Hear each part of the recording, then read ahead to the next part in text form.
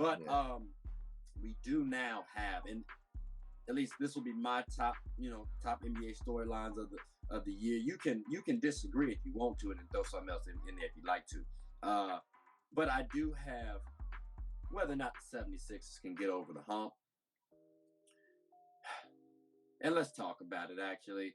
Do you believe the 76ers can get over the hump? Like do they have the shot now? Because, again, Joel Embiid was dominant. He was the bridesmaid back-to-back years, basically, for the MVP award. James Harden, he's had the hammy issue. He's looked like happy feet out there. Like, is there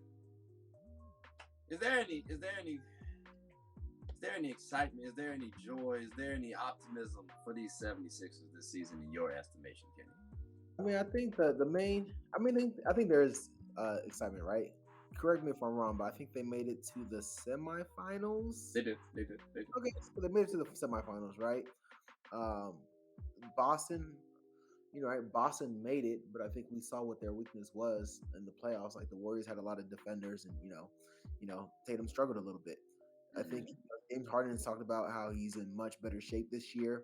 It's his second year, not even his second year, right? I mean, he's been with the team probably less than 8 months. So now he's with the team for a second season. He's in better shape. He's more comfortable. Doc has empowered him, right? He wants him to be a playmaker and also a shot scorer. Like, not necessarily James Harden in Houston where he dribbled, 30 times, but, he's empowering him. You got PJ Tucker. You still got Tobias Harris. You got a young Tyrese Maxey who's coming up and he was a dog in the playoffs, man. There was times where he was the best player, for the Sixers. And then you got Joel Embiid, right? Probably one of the most talented players in the NBA, one of the top big men in the NBA, back-to-back, MVP runner-up. So they can do it, you know what I mean? Obviously, their biggest competition, you got Brooklyn. You got the defending champs conference champs in Boston, who they lost their head coach. So there's a lot of uncertainty in the East. And then you obviously got the Milwaukee Bucks, who are a threat, coming back from injury. You got that. And then you got the Heat, who are always competitive. So, I think Philadelphia has every reason to think that they can win the conference and eventually win the NBA championship with what they have. Okay. I have a lot of optimism for the 76ers. I do like Joel Embiid. Fun fact, I do have him as my MVP. Wow. Favorite. Third time's a charm?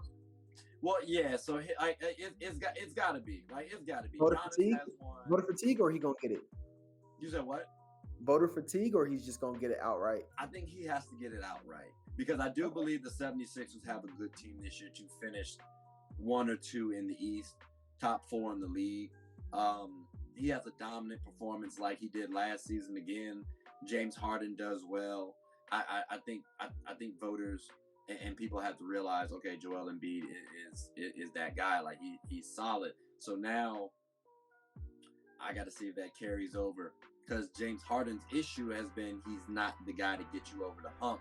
But we see Joel Embiid as a dominant force. So there's some optimism where the 76ers could get past a Milwaukee Bucks or a or Celtics. Because, again, we got to see what happens with the coach. And they got some new pieces themselves, too. So maybe the chemistry falls off a little bit. I don't expect it to, though. And then, you get past the Nets, maybe, like, okay, because they are talented, but you got some dogs. You got some talented pieces yourself. And you picked up some solid forwards, which are always nice to have in the league. So I do believe there is some optimism for the 76ers. So I might be feeling Philly a little bit. But, I got to see how the season shake, because it all hinges on Embiid's needs. Knees. So, that's the that's how that goes.